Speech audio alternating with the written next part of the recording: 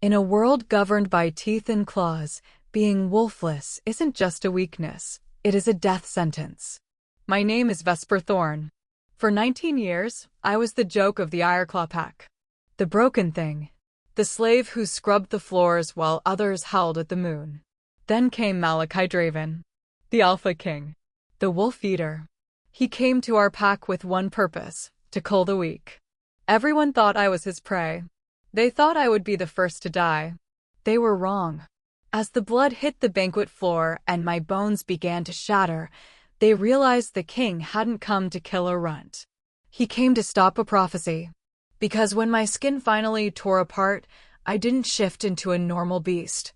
I shifted into a nightmare wrapped in blinding starlight. The white wolf is awake. And the king? He isn't hungry anymore. He's terrified.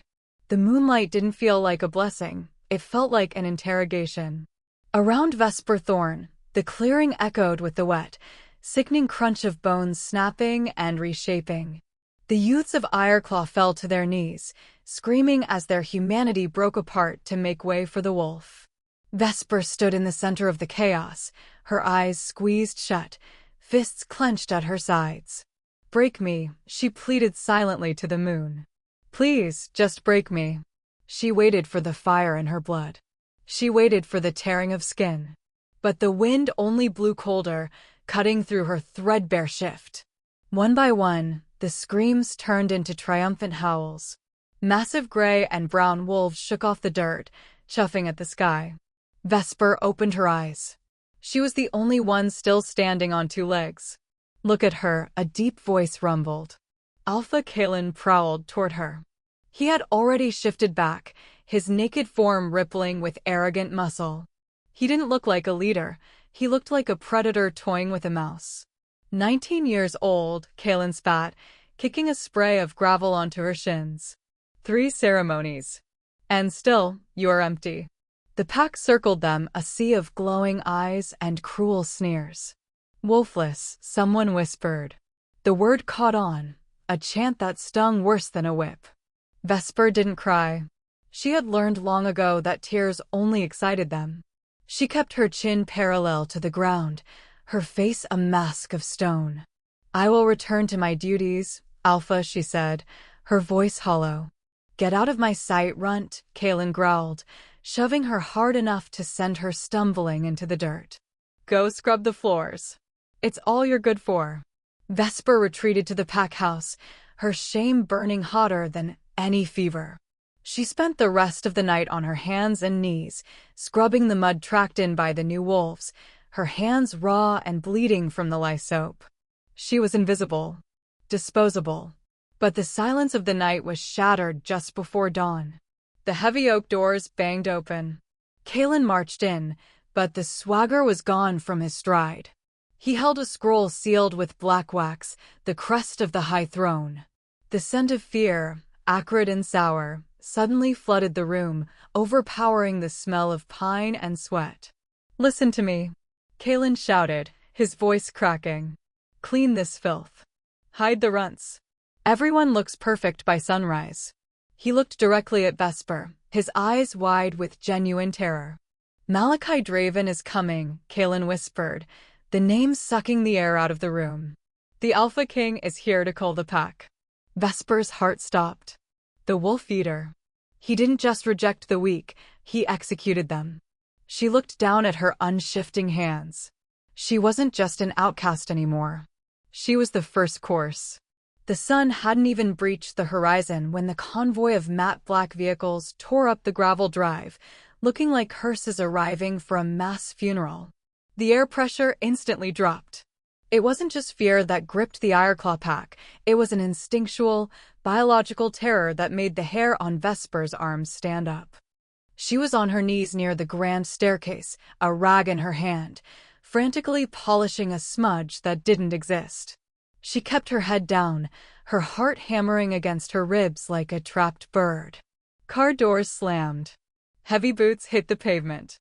Then, absolute silence. Alpha Kalen, usually so loud and brash, whimpered. Vesper risked a glance through her lashes. Kalen was on his knees, neck bared in total submission. Behind him, the rest of the pack elite lay prostrate, faces pressed into the dirt. Only one man remained standing. Malachi Draven. He was terrifyingly tall, wearing a black trench coat that seemed to swallow the morning light. He didn't look like a man, he looked like a natural disaster wrapped in skin. He didn't speak. He simply walked, and the air around him vibrated with a crushing alpha aura that made it hard to breathe. This was the Wolf Eater. He strode past the shivering Kaelin without a glance, heading for the stairs. He was going to walk right past her. Vesper held her breath, curling into herself, praying to be invisible. He stopped. The polished black boots halted inches from her scrubbing brush. The silence stretched, heavy and suffocating. Vesper squeezed her eyes shut, waiting for the kick. Waiting for death. "Look at me," a voice commanded. It wasn't loud, but it resonated in her bones, vibrating through the floorboards. Trembling, Vesper lifted her chin. She found herself staring into eyes of molten gold, rimmed with an abyss of black. He wasn't looking at her with the disgust she was used to. He was looking at her with confusion. Malachi leaned down, inhaling sharply near her neck. His nostrils flared. "You have no scent," he murmured, his voice a low rumble that made the nearby wolves flinch. No wolf. No fear. Just a void. He straightened, his gaze snapping to Kaelin. "What is she?" Malachi demanded. A runt, my king," Kaelin stammered from the ground, sweating profusely. "Wolfless. Useless trash. I will have her removed immediately." "No." Malachi looked back down at Vesper. His gaze felt like it was dissecting her soul, searching for something hidden deep beneath her skin. "She is not useless," the king said, his voice cold and final. "She serves me at the high banquet tonight. Only her." He stepped around her and ascended the stairs, the shadows trailing him like a cape. As the king's door clicked shut, Kaelin let out a breath and sneered at Vesper, his fear instantly turning back into cruelty. "Enjoy your last night, girl," he whispered. "He likes to play with his food before he snaps its neck." The banquet hall smelled of roasted venison and stark, suffocating fear. Malachi Draven sat at the head of the long table, a silent obelisk of darkness, barely touching his wine. Every time he shifted in his chair, the Ironclaw elites flinched, their laughter brittle and forced. Vesper moved around the table with trembling hands, clutching a heavy crystal decanter.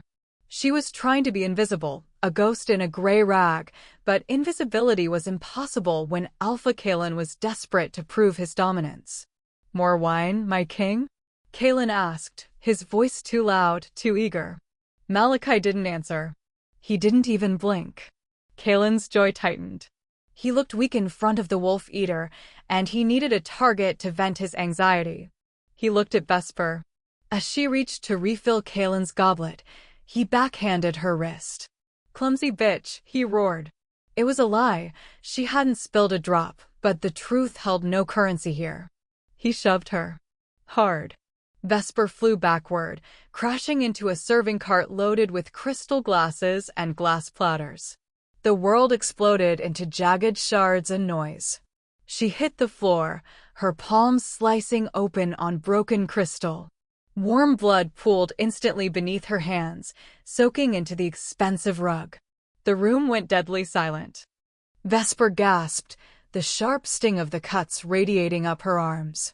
She looked up, instinctively seeking the king. Malachi hadn't moved. He sat perfectly still, his golden eyes locked on her bleeding hands. He didn't offer help. He didn't look angry. He looked, waiting.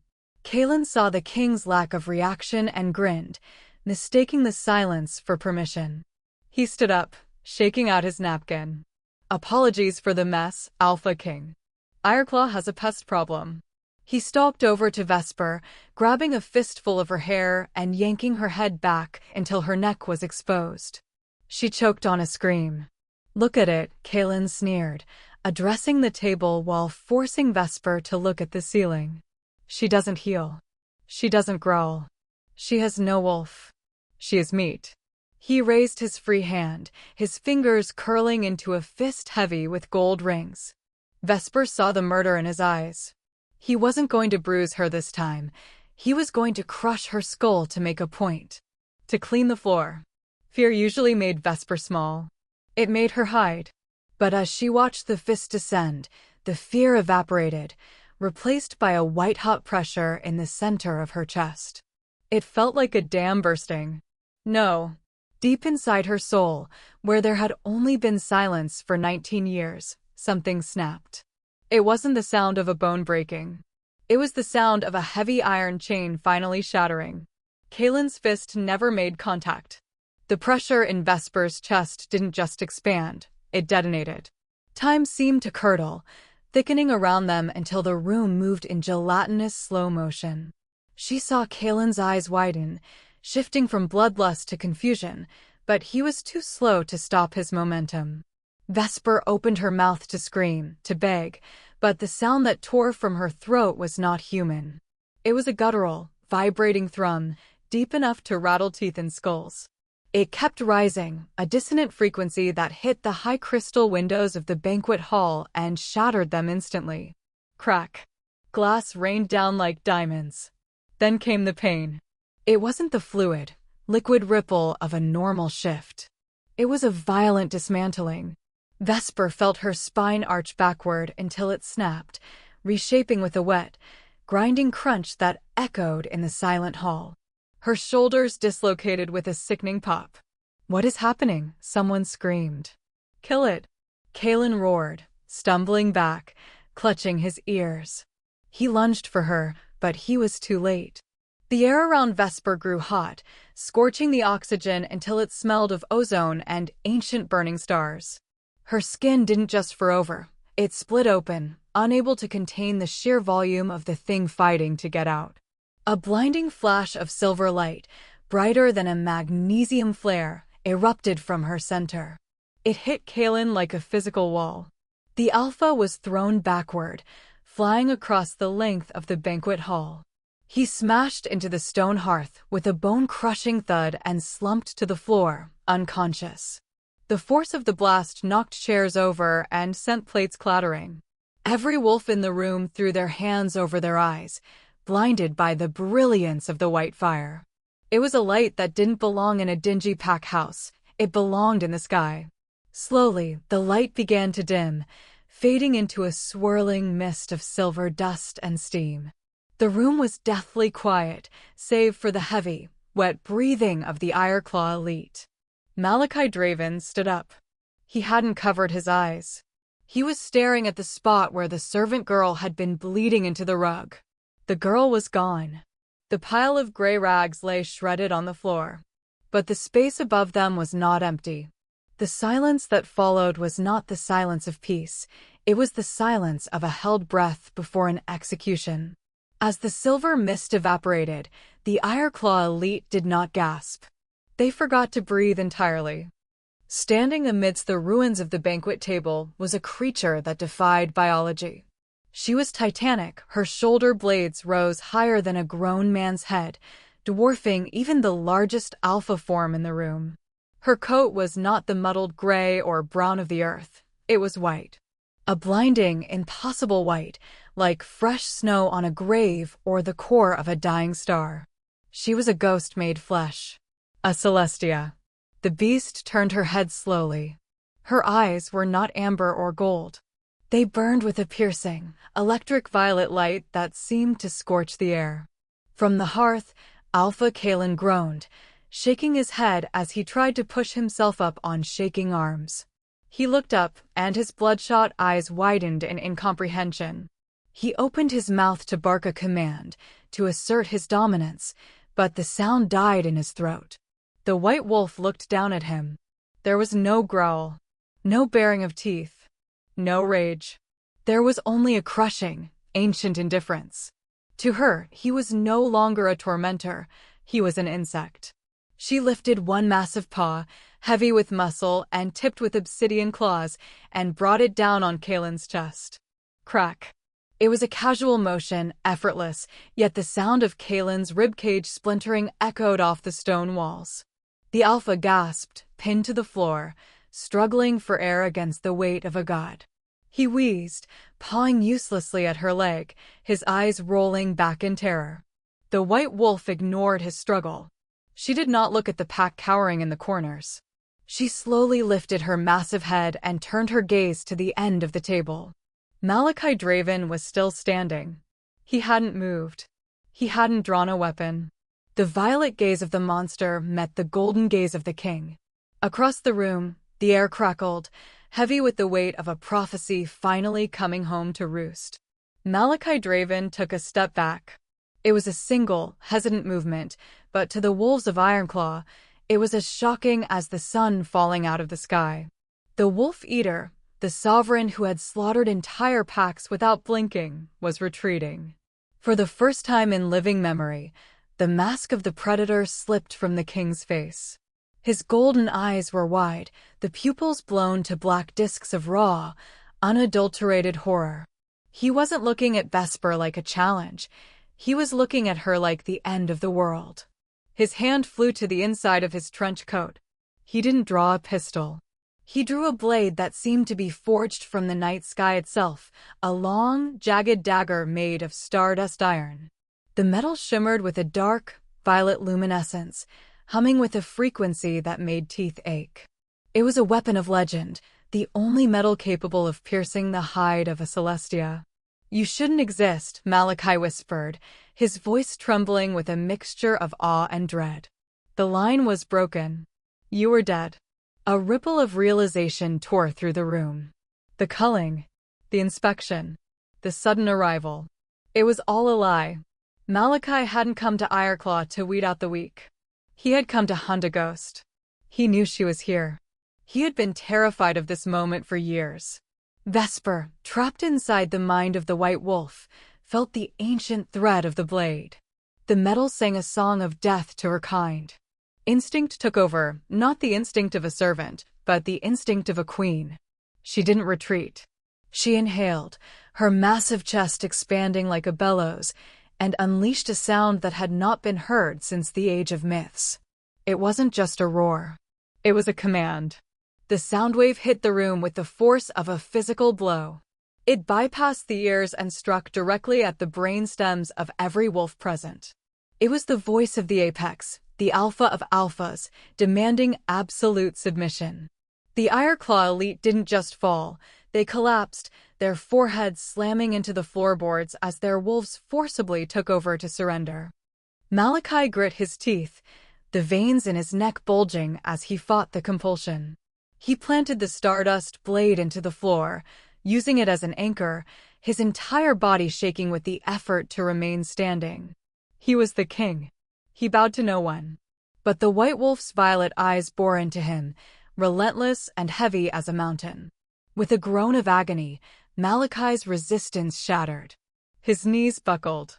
The king of wolves crashed to the floor, head bowed, forced into submission by the very runt he had come to destroy.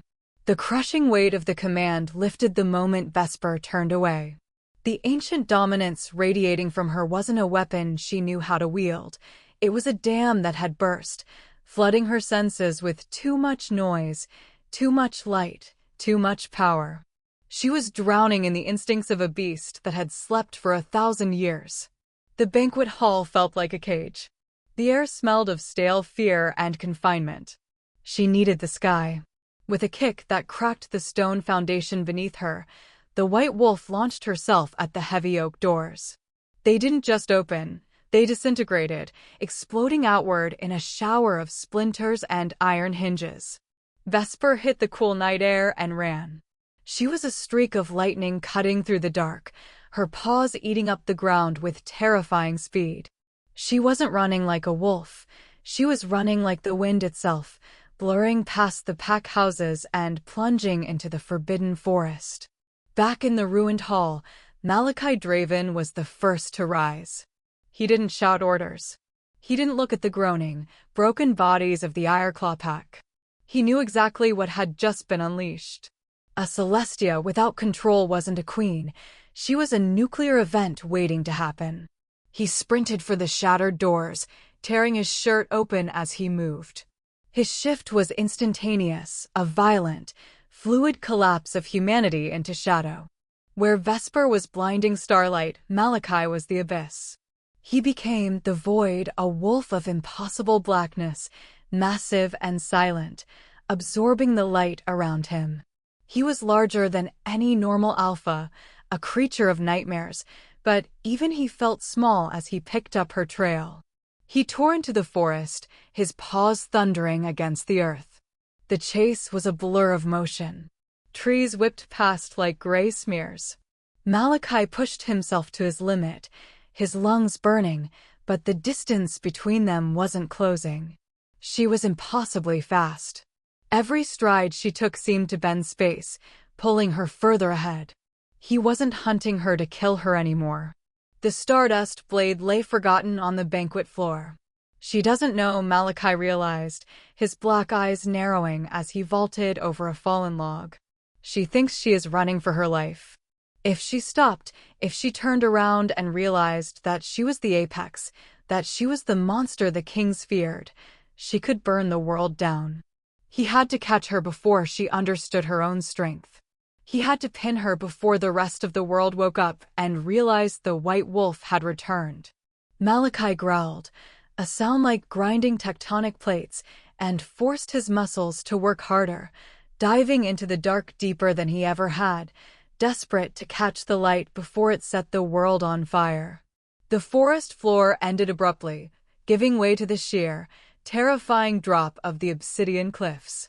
Vesper skidded, her claws tearing furrows into the stone, sending a cascade of pebbles tumbling into the misty abyss below. There was nowhere left to run. She spun around, snarling, but the shadow was already upon her. The black wolf hit her with the force of a freight train. The impact drove the air from her lungs, sending them both tangling into the dirt. The magic of the shift violently reversed. Fur melted into skin, claws retracted into fingers, and the beastly growls turned into ragged, human gasps. They lay amidst the roots and rocks, stark naked, their bodies steaming in the cold night air as the heat of the transformation radiated off them. Malachi pinned her to the earth, his weight crushing.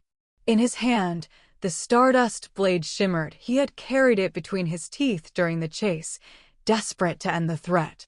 He pressed the jagged metal against the pulse of her throat. One slip, one twitch, and she would bleed out on the edge of the world. Vesper stared up at him. Minutes ago, she would have begged. She would have cried.